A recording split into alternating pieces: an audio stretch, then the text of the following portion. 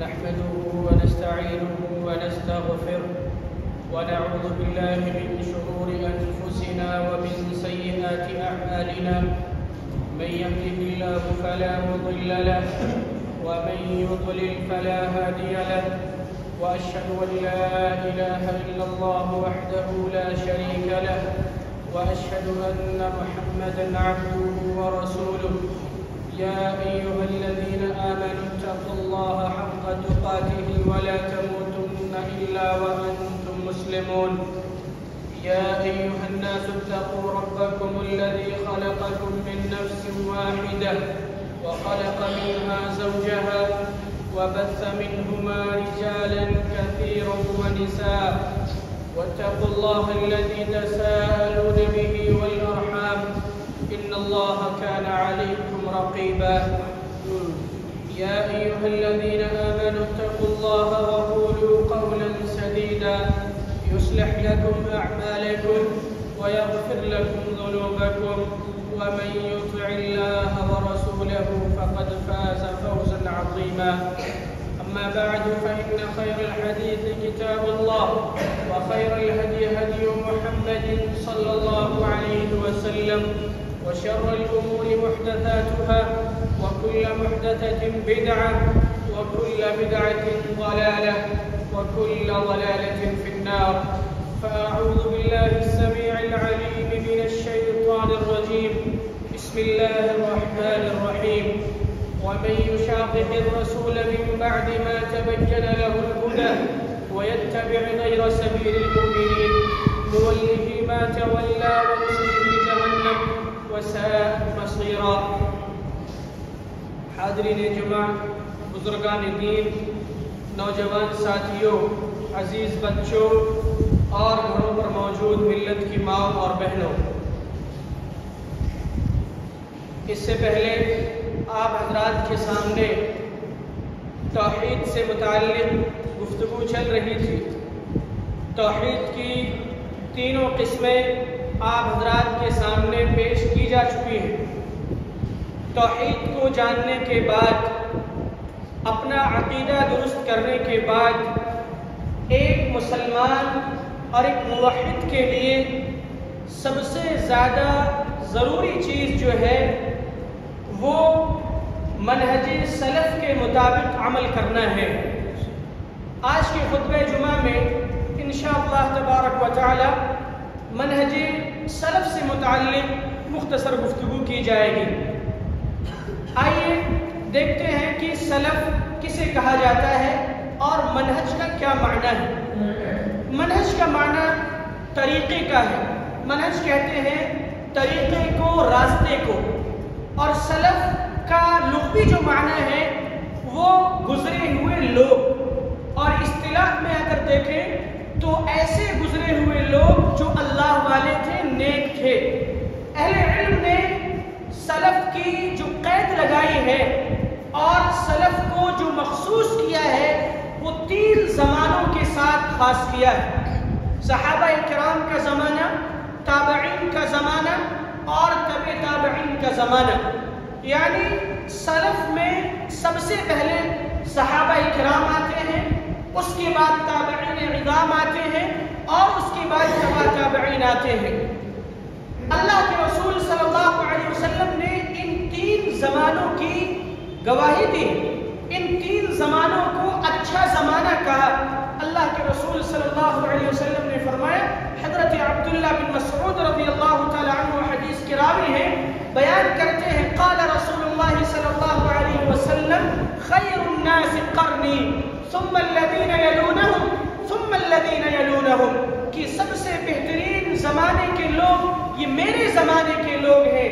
سب سے بہترین لوگ وہ لوگ ہیں جو میرے زمانے کے ہیں، اور پھر اس کے بعد ان کے بعد آنے والے، اور پھر ان کے بعد آنے والے لوگ، یعنی صحابہ کرام کے بعد تابعین اور تبع تابعین.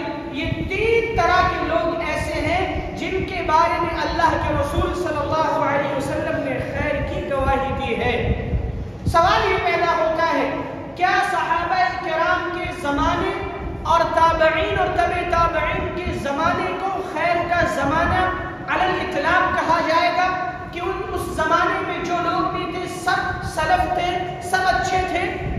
کا جواب ہے کہ سارے لوگ سلف نہیں تھے، سارے لوگ اچھے نہیں تھے، بلکہ وہ لوگ جو اللہ اور اس کے رسول کے طریقے کے مطابق تھے، یعنی صحابہ کرام، اور وہ لوگ جو پھر آپ کے بعد صحابہ کے طریقے پر تھے، یعنی تابعین عظام، اور پھر ان کے بعد تابعین کے جو طریقے پر تھے، یعنی تبع تابعین، یہ لوگ سلف میں آتے ہیں۔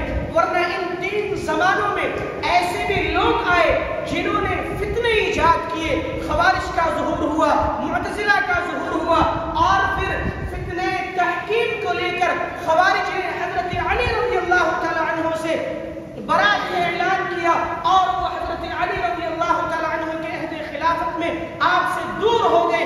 اور پھر بعد کے زمانوں میں بھی ایسے لوگ آئے جنہوں نے فتنوں کو ایجاد کیا، تو ایسے لوگ مراد نہیں ہیں، بلکہ سلف سے مراد وہ لوگ ہیں جو اللہ اور اس کے رسول کے طریقے کے مطابق زندگی گزارنے والے تھے، یعنی صحابہ کرام، تابعین عظام اور تبع تابعین۔ یہ 3 زمانے کے 3 طرح کے جو لوگ ہیں ان کو سلف کہا جاتا ہے۔ ان سلف کے راستے پر چلنا اور ان کے طریقے کے مطابق زندگی گزارنا یہ ہم سے مطلوب ہے۔ اگر آج کے زمانے میں کوئی شخص سلف کے منہج کو سامنے رکھ کر زندگی گزارتا ہے تو وہ کامیاب ہے، فتنوں سے بچ سکتا ہے۔ اللہ رب العالمین نے ایسے لوگوں کے تعلق سے قرآن مجید کے اندر ارشاد فرمایا، وَمَن يُشَاقِقِ الرَّسُولَ مِن بَعْدِ مَا تَبَيَّنَ لَهُ الْهُدَى وَيَتَّبِعْ غَيْرَ سَبِيلِ الْمُؤْمِنِينَ نُوَلِّهِ مَا تَوَلَّى وَنُصْلِهِ جَهَنَّمَ وَسَاءَتْ مَصِيرًا، کہ وہ لوگ جو اللہ کی، رسول کی مخالفت کرتے ہیں اور مومنوں کے راستے کے علاوہ کسی اور راستے کی پیروی کرتے ہیں۔ یہاں پر آپ غور کریں، اللہ رب العالمین نے اللہ کی اور رسول کی مخالفت کا تذکرہ کیا، اور ساتھ ہی ساتھ مومنین کے راستے کی پیروی نہ کرنے کا تذکرہ کیا۔ وہ لوگ جو مومنین کے راستے کی پیروی نہیں کرتے، مفسرین لکھتے ہیں کہ مومنین کے راستے سے مراد یہی سلف کا راستہ ہے، صحابہ کا راستہ ہے، تابعین کا راستہ ہے، تبع تابعین کا راستہ ہے۔ تو جو شخص بھی رسول کی مخالفت کرے اور سلف کے راستے پر نہ چلے، اس کا انجام کیا ہے؟ نُوَلِّهِ مَا تَوَلَّى، ہم اسے اسی جانب پھیر دیتے ہیں جس جانب وہ جانا چاہتا ہے، اور آخرت میں ایسے لوگوں کا ٹھکانہ وَنُصْلِهِ جَهَنَّمَ، جہنم میں ایسے لوگوں کو داخل کریں گے، وَسَاءَتْ مَصِيرًا، اور جہنم یہ برا ٹھکانہ ہے۔ یہ آیت بتاتی ہے کہ رسول کی مخالفت، صحابہ کرام کی مخالفت، صحابہ کرام کے منہج اور طریقے کی مخالفت یہ دنیا میں ضلالت و گمراہی کا ذریعہ ہے، اور آخرت میں جہنم میں جانے کا ذریعہ اور سبب ہے۔ اسی طرح سلفی منہج یا صحابہ کرام کے منہج کے تعلق سے قرآن مجید کی وہ مشہور آیت بھی ہے۔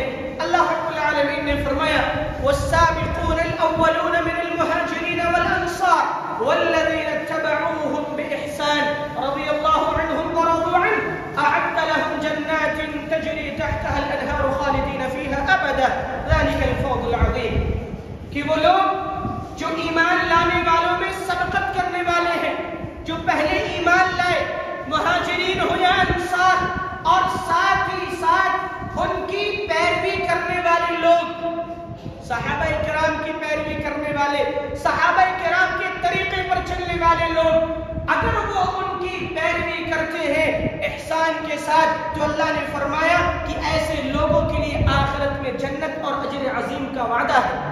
اور اس آیت میں اللہ رب العالمین نے صحابہ کرام کے ایک لقب بھی ذکر کیا، رضی اللہ عنہم ورضوا عنہ، کہ وہ صحابہ کرام اللہ کے رسول صلی اللہ علیہ وسلم کے ساتھی، آپ کے اصحاب، یہ وہ جماعت اور یہ وہ صحابہ کرام کا گروہ تھا جس سے اللہ راضی ہوا اور وہ اللہ سے راضی ہوئے۔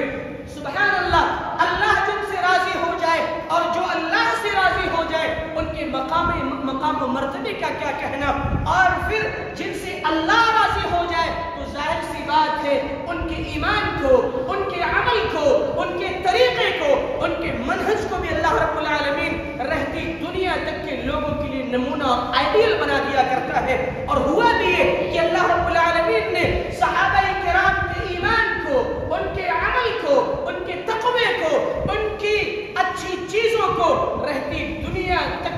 نمونہ، معیار، ایک پیمانہ اور ایک اللہ رب العالمین نے مثال بنا دیا۔ اللہ رب العالمین نے فرمایا فَإِنْ آمَنُوا بِمِثْلِ مَا آمَنْتُمْ بِهِ فَقَدِ اهْتَدَوْا، کہ اگر دنیا والے ویسے ہی ایمان لے آئے جیسے اے صحابہ کی جماعت تم ایمان لے کر آئے ہو تو یہ ہدایت پر ہوں گے۔ یہ آیت بتاتی ہے کہ صحابہ کرام کا ایمان یہ دنیا والوں کے لیے معیار ہے، پیمانہ ہے۔ اگر صحابہ کرام کی طرح ہمارا ایمان ہے تو ہم کامیاب ہیں، ہدایت پر ہیں، اور اگر صحابہ کرام کی طرح ایمان نہیں ہے تو پھر ہمیں اپنے ایمان کا جائزہ لینا چاہیے۔ یہ آیتیں بتاتی ہیں کہ اللہ اور اس کے رسول کی اطاعت کے ساتھ ساتھ صحابہ کرام کے طریقے اور منہج کو لازم پکڑنا یہ ضروری ہے۔ آئیے حدیث کی روشنی میں صحابہ کرام کے منہج اور اس امت کے سلف کے منہج کو ذرا دیکھتے ہیں کہ وہ کتنا ضروری ہے۔ اللہ کے رسول صلی اللہ علیہ وسلم نے فرمایا کہ میری امت 73 فرقوں میں تقسیم ہوگی۔ ستفترق امتی علی 73 فرقة كلهم في النار الا واحدہ، کہ میری امت یہ 73 فرقوں میں تقسیم ہوگی، ان 73 فرقوں میں سے سبھی جہنم میں جائیں گے سوائے ایک کے۔ اس حدیث کو لے کر لوگ اپنے اپنے مسلک کی روٹیاں سینکنے میں لگے ہوئے ہیں، ہر ایک اپنے مسلک میں خوش ہے، جس کی ترجمانی اللہ رب العالمین نے بڑے بہترین انداز میں کی ہے۔ وَمِنَ الَّذِينَ فَرَّقُوا دِينَهُمْ شِيَعًا وَكُلُّ حِزْبٍ بِمَا لَدَيْهِمْ فَرِحُونَ، لوگوں میں سے بعض ایسے لوگ بھی ہوئے جنہوں نے دین کے ٹکڑے ٹکڑے کر دیے، جماعتوں میں بٹ گئے، گروہوں میں تقسیم ہو گئے، اور اس کے بعد ہر ایک گروہ اپنے آپ میں مگن ہے کہ ہم کامیابی پر ہیں، ہم جنت والے ہیں، ہمارے علاوہ سبھی جہنمی ہیں۔ اس حدیث کو لے کر بھی بہت سارے لوگوں کے یہاں غلط فہمی پائی جاتی ہے۔ لوگ سمجھتے ہیں کہ اس حدیث میں جو فرقہ ناجیہ ہے، جو نجات پانے والا گروہ ہے، وہ ہمارا گروہ ہے، ہر ایک اپنے اعتبار سے سمجھتا ہے۔ لیکن اگر اس حدیث کی شرح دوسری حدیث سے لے لی جائے تو معاملہ بالکل واضح ہو جائے۔ اس حدیث کی روشنی میں کسی کو جہنمی نہیں کہتا، میں کسی کو کافر نہیں کہتا، اور نہ مجھے یہ حق ہے کہ میں کسی کو کافر کہوں، کسی کو جہنمی کہوں۔ یہ اللہ کے رسول صلی اللہ علیہ وسلم کی حدیث ہے کہ اس امت کے 73 فرقے ہوں گے، 73 میں سے 72 جہنم میں جائیں گے، صرف ایک جماعت، ایک تحریک ایسی ہوگی جو جنت کے اندر جائے گی۔ صحابہ کرام نے پوچھا اللہ کے رسول کو جماعت کون سی ہوگی؟ اللہ کے رسول صلی اللہ علیہ وسلم نے صرف 2 جملوں میں بڑی پیاری بات کہہ دی اور رہتی دنیا تک کے لوگوں کے تمام جھگڑوں کا خاتمہ کر دیا۔ آپ نے فرمایا ما انا علیہ واصحابی، یہ جنت میں جانے والی جماعت وہ جماعت ہوگی جس طریقے پر میں اور میرے صحابہ ہیں، اس طریقے پر جو جماعت ہوگی وہ جنت میں جائے گی۔ آپ نے کسی فرقے کا نام نہیں لیا، کسی جماعت کا نام نہیں لیا، آپ نے یہ نہیں کہا فلاں جہنمی، فلاں کافر اور فلاں جنتی۔ اس حدیث کی روشنی میں ہر ایک اپنے بارے میں سوچے کہ وہ کہاں ہے، یہ منہج سلف اس کی زندگی میں پایا جاتا ہے کہ نہیں۔ آپ نے فرما دیا کہ جس طریقے پر میں اور میرے صحابہ ہیں اس طریقے پر جو لوگ ہوں گے وہ جنت میں جائیں گے۔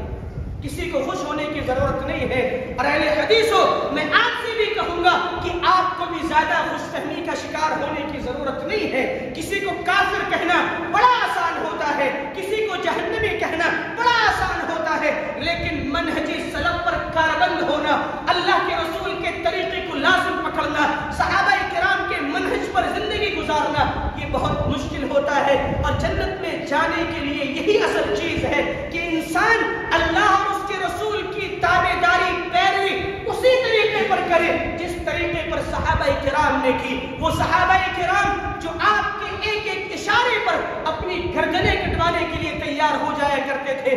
آپ کا اشارہ ہوتا تھا، سارا مال، ساری جائیداد اللہ کے راستے میں قربان کرنے کے لیے تیار ہو جاتے تھے۔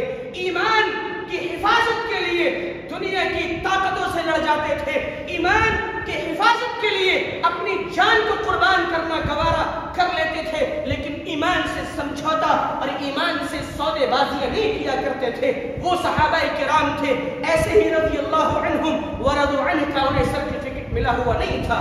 تو یہ صحابہ کرام ہیں جو ہمارے لیے حجت اور معیار ہیں، ان کے طریقے پر عمل کرنا یہ ہماری اور آپ کی بنیادی ذمہ داری ہے۔ اسی طرح ایک اور حدیث کے اندر اللہ کے رسول جناب محمد رسول اللہ صلی اللہ علیہ وسلم نے بڑا پیارا خطبہ دیا۔ حدیث کی کتابوں میں آپ کا وہ خطبہ موجود ہے۔ صحابی رسول عرباض بن ساریہ رضی اللہ تعالی عنہ روایت کرتے ہیں، خطبنا رسول اللہ صلی اللہ علیہ وسلم موعظۃ بلیغہ، کہ اللہ کے رسول صلی اللہ علیہ وسلم نے ایک انتہائی جامع خطبہ دیا۔ وجلت منها القلوب وغرفت منها العیون، ایسا خطبہ جس سے لوگوں کی دل دہل گئے، آنکھیں اشکبار ہو گئی، ایسا لگ رہا تھا کہ یہ آپ کا الوداعی خطبہ ہے۔ صحابہ کرام نے پوچھا اللہ کے رسول آپ ہمیں اس موقع سے کوئی نصیحت کر دیجئے۔ آپ نے فرمایا اوصیکم بتقوی اللہ، لوگوں میں تمہیں اللہ کا تقوی اختیار کرنے کی وصیت کرتا ہوں۔ اس کے بعد آپ نے بڑی قیمتی نصیحتیں فرمائی۔ آپ نے فرمایا لوگوں سنو، من یعش منکم بعدی فسیری اختلافا کثیرا، میرے بعد جو لوگ بھی زندہ رہیں گے وہ بہت سارے اختلافات دیکھیں گے، بہت سارے اختلافات رونما ہوں گے، بہت سارے اختلافات جنم لیں گے۔ فعلیکم بسنتی وسنت الخلفاء الراشدین المہدیین، ایسی صورتحال میں جب اختلافات ہو، انتشار ہو، فرقہ واریت ہو، ایسے موقع سے تم میری سنت کو اور خلفائے راشدین کی سنت کو لازم پکڑنا، میرے طریقے کو اور میرے صحابہ کے طریقے کو، اور صحابہ میں بھی بالخصوص خلفائے راشدین کے طریقے کو لازم پکڑنا۔ آپ نے فرمایا وَعَضُّوا عَلَيْهَا بِالنَّوَاجِزِ، ان کے طریقے کو اپنے دانتوں تلے مضبوطی سے دبا لینا، اشارہ ہے کہ ان کے طریقے کو مضبوطی سے تھام لینا۔ جیسے دانتوں کے اندر دبا کر کوئی چیز مضبوطی سے پکڑی جاتی ہے، ایسے ہی آپ نے فرمایا کہ تم میری سنت اور خلفائے راشدین کی سنت کو مضبوطی سے پکڑ لینا۔ اس کے بعد آپ نے فرمایا وَإِيَّاكُمْ وَمُحْدَثَاتِ الْأُمُورِ، اور دین میں نئی نئی چیزیں ایجاد کرنے سے بچنا، کیونکہ دین میں ایجاد کی گئی ہر نئی چیز بدعت ہے، اور ہر بدعت گمراہی ہے، اور گمراہی جہنم میں لے جانے کا ذریعہ اور سبب ہے۔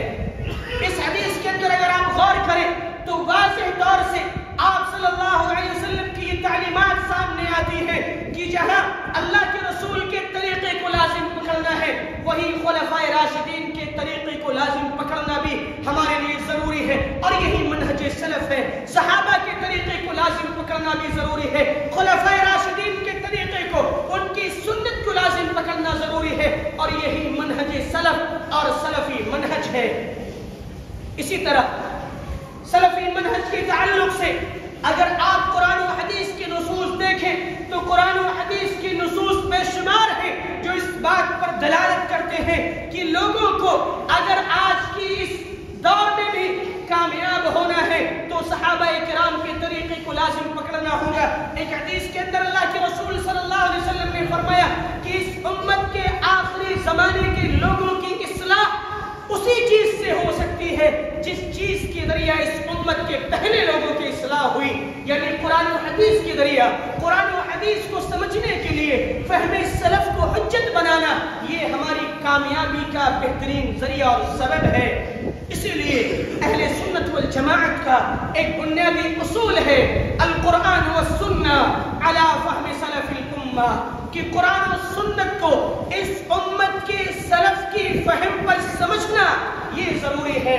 آج سے 1450 سال پہلے تقریباً جو قرآن صحابہ کرام کے سامنے نازل ہوا، صحابہ کرام نے قرآن کے نزول کی کیفیت کو دیکھا، سمجھا، رسول اکرم صلی اللہ علیہ وسلم سے قرآن کی آیتوں کے تعلق سے سوالات کیے، وہ ہم سے زیادہ قرآن کو سمجھنے والے تھے، اسی لیے اللہ نے ان کی فہم کو حجت بنایا، ان کے طریقے کو آنے والے لوگوں کے لیے حجت اور نمونہ بنایا۔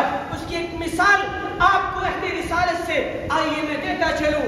ایک قرآن مجید کی آیت جب نازل ہوئی الذین آمنوا ولم يلبسوا ایمانهم بظلم اولئک لهم الامن وهم مهتدون۔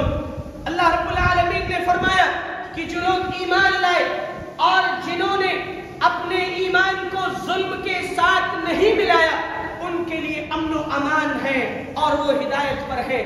جب یہ آیت کریمہ نازل ہوئی صحابہ کرام نے اس آیت کو سنا تو اللہ کے رسول صلی اللہ علیہ وسلم کے پاس آئے اور آپ سے کہا اللہ کے رسول کون ہے جو ہم پہ سے ظلم نہ کرتا ہو؟ تھوڑا موڑا ظلم ہر کسی سے ہو جاتا ہے۔ صحابہ کرام نے ظلم کا ایک عام مفہوم لیا جو ہمارے بھی ذہنوں میں ہوتا ہے، کسی کو مار دینا، کسی کو ستا دینا، کسی کو پریشان کر دینا، کسی کو گالی دے دینا، کسی کو برا بھلا کہہ دینا، یہ ظلم ہے۔ صحابہ کرام محتاط تھے ایمان کے تعلق سے، عقیدے کے تعلق سے۔ جب یہ آیت شریفہ نازل ہوئی تو صحابہ کرام نے اللہ کے رسول سے پوچھا اللہ کے رسول تھوڑا موڑا ظلم تو لوگوں سے ہو ہی جاتا ہے، اس کا مطلب ان کا ایمان خطرے میں ہے۔ اللہ کے رسول صلی اللہ علیہ وسلم نے اس موقع سے اس آیت کی وضاحت قرآن مجید کی دوسری آیت سے فرمایا ان الشرک لظلم عظیم، کہ ظلم سے یہاں مراد وہ نہیں ہے جو آپ سمجھ رہے ہیں بلکہ ظلم سے یہاں مراد شرک ہے۔ تو صحابہ کرام یہ قرآن کو سمجھتے تھے، ان کے سامنے قرآن نازل ہوتا تھا اور اگر کوئی بات انہیں سمجھ میں نہیں آتی تھی تو اللہ کے رسول صلی اللہ علیہ وسلم سے پوچھ لیا کرتے تھے۔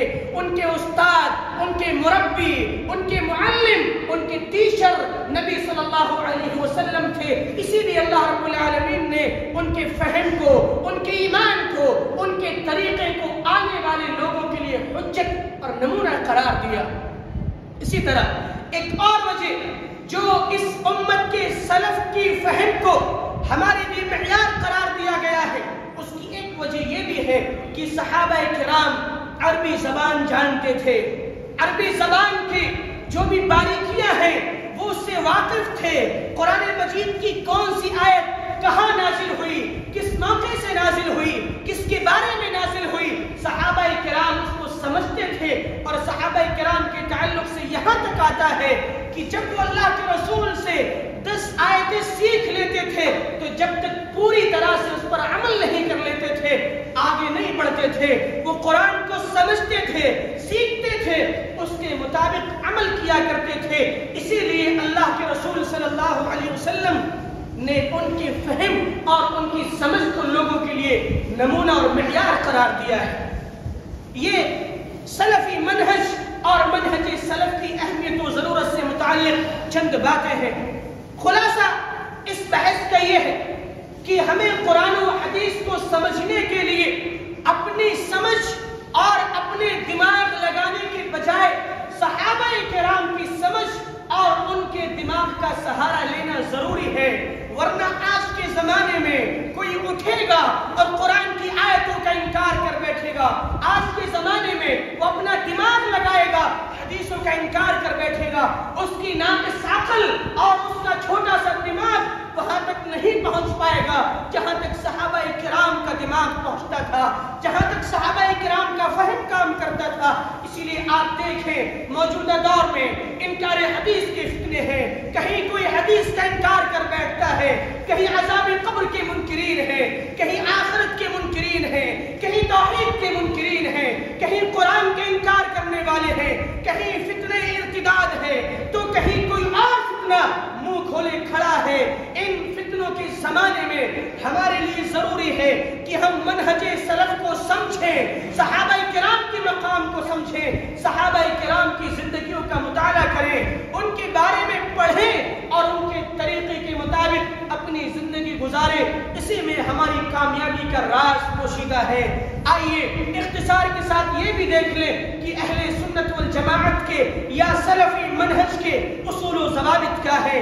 آخر یہ منہج سلف یا سلفی منہج کی جو بات کی جاتی ہے اس کے کچھ اصول و ضوابط بھی ہیں، کچھ قاعدے بھی ہیں جن پر یہ منہج سلف قائم ہے۔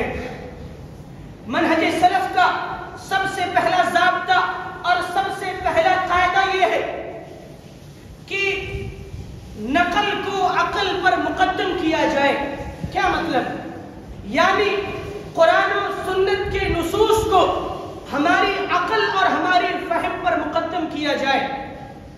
اللہ کے رسول صلی اللہ علیہ وسلم کی جو بھی تعلیمات ہیں ان کو من بعد تسلیم کیا جائے. اس میں اپنا دماغ لگا کر اس میں کجی اور ٹیڑھا پن تلاش کرنا، گمراہ ہونے کی کوئی سبیل نکالنا، یہ اچھی بات نہیں ہے. عقل سے کام لینا یہ بھی اچھی بات نہیں ہے. حضرت علی بن ابی طالب رضی اللہ تعالی عنہ نے بڑی پیاری بات کہی تھی کہ اگر دین یہ صرف عقل کا نام ہوتا، دین عقل کا نام ہوتا، تو موزے کے اوپر مسح کرنے سے زیادہ بہتر یہ ہوتا کہ موزے کے نیچے مسح کیا جائے. موزے کے اوپر مسح کرنا یہ اللہ کے رسول کی تعلیمات میں سے ہے. عقل تو یہ کہتی ہے کہ موزے کے نیچے مسح ہونا چاہیے کیونکہ گندگی موزے کے نیچے لگتی ہے. اوپر مسح کرنے کا کیا مطلب ہے؟ لیکن ہمیں وہاں پر اپنی عقل نہیں لگانا ہے. اللہ کے رسول کی جو تعلیم ہے اس تعلیم کے مطابق ہمیں قرآن و سنت کے دلائل کو اپنی عقل پر مقدم کرنا ہے. ہمیں اللہ کے رسول کی تعلیمات کو ویسے ہی ماننا ہے جیسے ہمیں ماننے کا حکم دیا گیا ہے. اللہ نے فرمایا وَمَا آتَاكُمُ الرَّسُولُ فَخُذُوهُ وَمَا نَهَاكُمْ عَنْهُ فَانْتَهُوا کہ رسول تمہیں جو چیز دے، جس چیز کا حکم دے اس کو کرو اور جس چیز سے روکے اس سے باز آ جاؤ. تو یہ اہل سنت والجماعت کا منہج سلف کا پہلا ضابطہ ہے کہ قرآن و سنت کے دلائل کو، قرآن و سنت کے نصوص کو عقل پر مقدم کیا جائے. قرآن و سنت کو اپنی عقل سے سمجھنے کے بجائے صحابہ کرام کی فہم پر سمجھا جائے. اس امت کے جو بزرگوں نے، اس امت کے صحابہ نے، اس امت کے تابعین نے، تبع تابعین نے جس طریقے سے قرآن کو، حدیث کو سمجھا ہے ویسے ہی سمجھا جائے. اسی طرح دوسرا اصول اور دوسرا ضابطہ یہ ہے منہج سلف کا کہ اختلافی مسائل میں اللہ کے رسول صلی اللہ علیہ وسلم کو فیصل، حکم اور جج مانا جائے. اگر کوئی مسلمانوں کے درمیان کسی مسئلے میں اختلاف ہو جائے تو اس مسئلے کا حل اللہ کے رسول صلی اللہ علیہ وسلم کی عدالت میں تلاش کیا جائے. اللہ کے رسول کو حکم مانا جائے، فیصل مانا جائے، جج مانا جائے. اللہ رب العالمین نے فرمایا فَلَا وَرَبِّكَ لَا يُؤْمِنُونَ حَتَّى يُحَكِّمُوكَ فِي مَا شَجَرَ بَيْنَهُمْ ثُمَّ لَا يَجِدُوا فِي أَنفُسِهِمْ حَرَجًا مِّمَّا قَضَيْتَ وَيُسَلِّمُوا تَسْلِيمًا. اللہ کی قسم یہ لوگ اس وقت تک مومن نہیں ہو سکتے جب تک کہ اپنے اختلافی مسائل میں آپ کو اپنا حکم تسلیم نہ کر لیں. اگر کوئی اختلاف ہو جائے اس اختلافی مسئلے میں اللہ کے رسول صلی اللہ علیہ وسلم کی طرف رجوع کرنا یہ منہج سلف کا بنیادی قاعدہ ہے. ایسا نہیں ہے کہ اختلافی مسئلے کو اپنے اپنے مسلک کی بنیاد پر حل کیا جائے اور اپنے مسلک کی تائید و حمایت میں بیجا تعبیرات کی جائے، غلط استدلال کیا جائے اور اپنے مسلک کو بڑھاوا دینے کے لیے قرآن و سنت کے نصوص کو بھی نیچے کر دیا جائے، اللہ کے رسول صلی اللہ علیہ وسلم کی تعلیمات کو بھی ٹھکرا دیا جائے. ایسا نہیں ہونا چاہیے. یہ چیز منہج سلف کے خلاف ہے. منہج سلف کا ضابطہ تو یہ ہے کہ کوئی بھی معاملہ ہو، کوئی بھی اختلافی مسئلہ ہو، اس میں اللہ کے رسول کو فیصل مانا جائے، جج مانا جائے. اور اللہ کے رسول صلی اللہ علیہ وسلم کی تعلیمات رہتی دنیا تک کے لیے واضح تعلیمات ہیں. دنیا کا کوئی بھی آدمی یہ کہہ نہیں سکتا کہ اللہ کے رسول صلی اللہ علیہ وسلم نے معاذ اللہ دین کے اندر کوئی کمی بیشی کی تھی. دنیا کا کوئی شخص یہ کہہ نہیں سکتا کہ اللہ کے رسول نے اپنے مشن میں یا لوگوں تک اللہ کی تعلیمات کو پہنچانے میں کسی طرح کی خیانت سے کام لیا تھا. اگر کوئی شخص یہ عقیدہ رکھے تو گویا کہ وہ ایمان سے خارج ہے. اللہ کے رسول صلی اللہ علیہ وسلم نے حجۃ الوداع کے موقع سے صحابہ کرام کے مجمع میں یہ بات کہی تھی، اے میرے صحابہ کیا میں نے تمہارے تک اللہ کا دین پہنچا دیا؟ حل بلغت؟ اے میرے صحابہ کیا میں نے اللہ کے دین کو، اس کی تعلیمات کو تم تک پہنچا دیا؟ صحابہ کرام نے بیک زبان ہو کر کہا تھا ہاں اللہ کے رسول آپ نے ساری تعلیمات ہم تک پہنچا دی ہیں، آپ نے اپنی انگلی آسمان کی طرف اٹھائی اور کہا اللہم اشہد، اللہم اشہد، اے اللہ تو گواہ رہنا میں نے تیری تعلیمات کو لوگوں کے سامنے پہنچا دیا ہے۔ آپ نے فرمایا تھا کہ اے لوگوں، میں نے تمہارے سامنے ایک ایسے دین کو پیش کیا ہے جو بالکل صاف ہے، شفاف ہے، اس کی تعلیمات بالکل روشن ہے، لیلھا کنہارھا، اس کی رات بھی دن کی طرح ہے۔ قرآن کی، سنت کی تعلیمات میں کسی طرح کا کوئی غموض نہیں، کوئی پیچیدگی نہیں، ساری تعلیمات واضح ہے۔ ایک یہودی نے سلمان فارسی سے یہاں تک کہہ دیا قد علمکم نبیکم، کہ تمہارے نبی نے تمہیں ساری باتیں سکھا دی، حتی القراءۃ، یہاں تک کہ تمہیں یہ بھی بتا دیا کہ قضاء حاجت کیسے کرنی ہے، کیسے اٹھنا ہے، کیسے بیٹھنا ہے، کیسے فارغ ہونا ہے، یہ ساری باتیں بتا دی۔ تو وہ نبی، وہ رسول صلی اللہ علیہ وسلم جس نے ساری باتیں ہم تک پہنچا دی، تو آج کے دور میں یہ نئی نئی چیزیں ایجاد کر کے اپنے مسلک کی حمایت کرنا، اپنے مسلک کی تائید کرنا، رسول کی تعلیمات کو پس پشت ڈال دینا، یہ کون سا اسلام ہے، یہ کون سا دین ہے، یہ کون سا منہج ہے، یہ کون سا طریقہ ہے؟ ہمیں اپنے منہج کی، اپنے دین کی، اپنے اسلام کی نظر ثانی کرنی چاہیے۔ اور آج کے دور میں جو غلط تعویلات کر کے لوگوں نے نئی نئی بدعات، نئی نئی خرافات ایجاد کر رکھی ہیں، جن بدعات و خرافات کے نتیجے میں رسول اکرم صلی اللہ علیہ وسلم کی سنتیں دب کر رہ گئی ہیں، ایسے حالات میں ہمارے لیے ضروری ہے کہ جب بھی کوئی اختلافی مسئلہ ہو ہمیں اللہ کے رسول کی تعلیمات کی طرف رجوع کرنا چاہیے۔ یہ منہج سلف کا اصول و ضابطہ ہے۔ اسی طرح منہج سلف کا ایک ضابطہ یہ بھی ہے کہ جب بھی کوئی اختلاف ہو جائے، جب بھی کوئی آپس میں ٹکراؤ ہو جائے، تنازع ہو جائے، تو اللہ اور اس کے رسول کی طرف رجوع کرنا چاہیے۔ اللہ رب العالمین نے فرمایا فَإِن تَنَازَعْتُمْ فِي شَيْءٍ فَرُدُّوهُ إِلَى اللَّهِ وَالرَّسُولِ، کہ اے لوگوں تمہارے درمیان کسی چیز میں اختلاف ہو جائے، کوئی تنازع ہو جائے، تو تم اس کو اللہ اور اس کے رسول کی طرف لوٹا دو۔ اللہ اور اس کے رسول کی تعلیمات میں اگر وہ چیز مل جائے اسے لے لو، اگر نہ ملے تو اس کو چھوڑ دو۔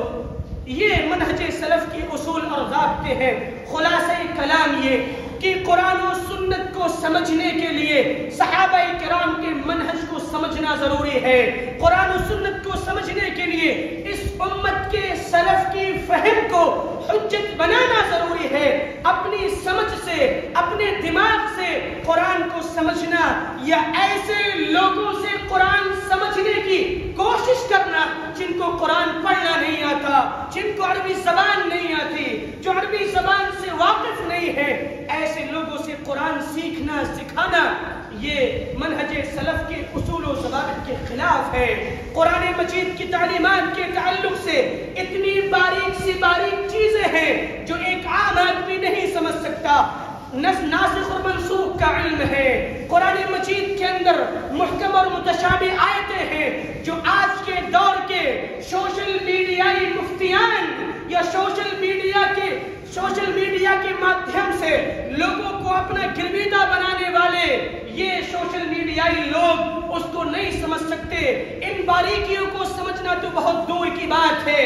ان کی زبانیں قرآن پڑھتے وقت لڑکھڑا جاتی ہیں، ان کی زبانیں کوئی حدیث پڑھتے وقت لڑکھڑا جاتی ہیں، قرآن کا صحیح تلفظ ان سے ادا نہیں ہوتا ہے، اور لوگوں نے آج انہی کو اپنا پیشوا بنا لیا، اپنا امام بنا لیا، اپنا قدوہ بنا لیا، اور سب کچھ انہی کو سمجھ کر صحابہ کرام پر تبرہ کرنے لگے، صحابہ کرام کو گالیاں دینے لگے۔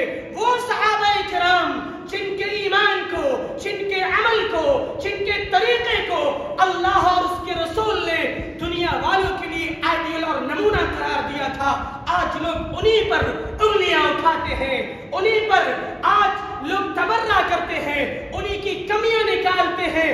یاد رکھیں اللہ کے رسول نے فرمایا تھا کہ تم ایک احد پہاڑ کے برابر بھی سونا خرچ کر دو۔ صحابہ کرام نے جو اللہ کے راستے میں صدقات و خیرات کیے، انہوں نے ایک مٹھی جو بھی اللہ کے راستے میں خرچ کیا، اس ایک مٹھی جو کے برابر بھی تمہارا یہ احد پہاڑ کے برابر سونا خرچ کرنا نہیں پہنچ سکتا ہے۔ ان صحابہ پر آج کوئی اپنی زبان کھولے، ان صحابہ کے خلاف کوئی سوشل میڈیا پر بیٹھ کر لوگوں کو گمراہ کرنے کی کوشش کرے اور لوگ اس کے گرویدہ ہو جائیں، یہ انتہائی افسوس کی بات ہے۔ ضرورت اس بات کی ہے کہ ہم اور آپ اندھیرے میں نہ رہیں، اجالے میں آئیں۔ ہمارا رب ایک ہے، رسول ایک ہے، قرآن ایک ہے، قبلہ ایک ہے۔ ہماری تعلیمات قرآن و سنت کی جو تعلیمات ہیں وہ واضح اور روشن تعلیمات ہیں، ان کو سمجھیں۔ میں کسی کو کافر نہیں کہتا، میں کسی کو حلف نہیں کرنا چاہتا، آپ سب میرے اپنے ہیں، میرے بھائی ہیں، اور ایک مسلمان دوسرے مسلمان کا بھائی ہوتا ہے، اس کو گمراہی میں جاتے ہوئے دیکھ کر اس کو درد ہونا چاہیے۔ میں اپنا درد آپ سے بیان کر رہا ہوں کہ میرے بھائیوں، سمجھیں قرآن کو، سمجھیں حدیث کو، سمجھیں صحابہ کرام کے مقام کو، اور اسی طریقے پر چلیں جس طریقے پر صحابہ کرام چلے، اس امت کے تابعین چلے، اس امت کے تبع تابعین چلے۔ اسی طریقے میں ہماری بھلائی اور نجات ہے۔ مسلک کی بیجا حمایت میں قرآن کی غلط تعویل کرنا، مسلک کی بیجا حمایت میں قرآن کی آیتوں کا غلط مفہوم پیش کر کے لوگوں میں تعصب کو ہوا دینا، ایسا نہیں ہونا چاہیے۔ ایک تو مسلمان موجودہ دور میں ویسے ہی کمزور ہیں، اور یہ مسلک کی لڑائیاں، یہ گروہ کی لڑائیاں، یہ جماعتی لڑائیاں مسلمانوں کو اندر سے کھوکھلا کر رہی ہے۔ مسلمانوں اٹھو، تمہیں آج متحد ہونے کی ضرورت ہے۔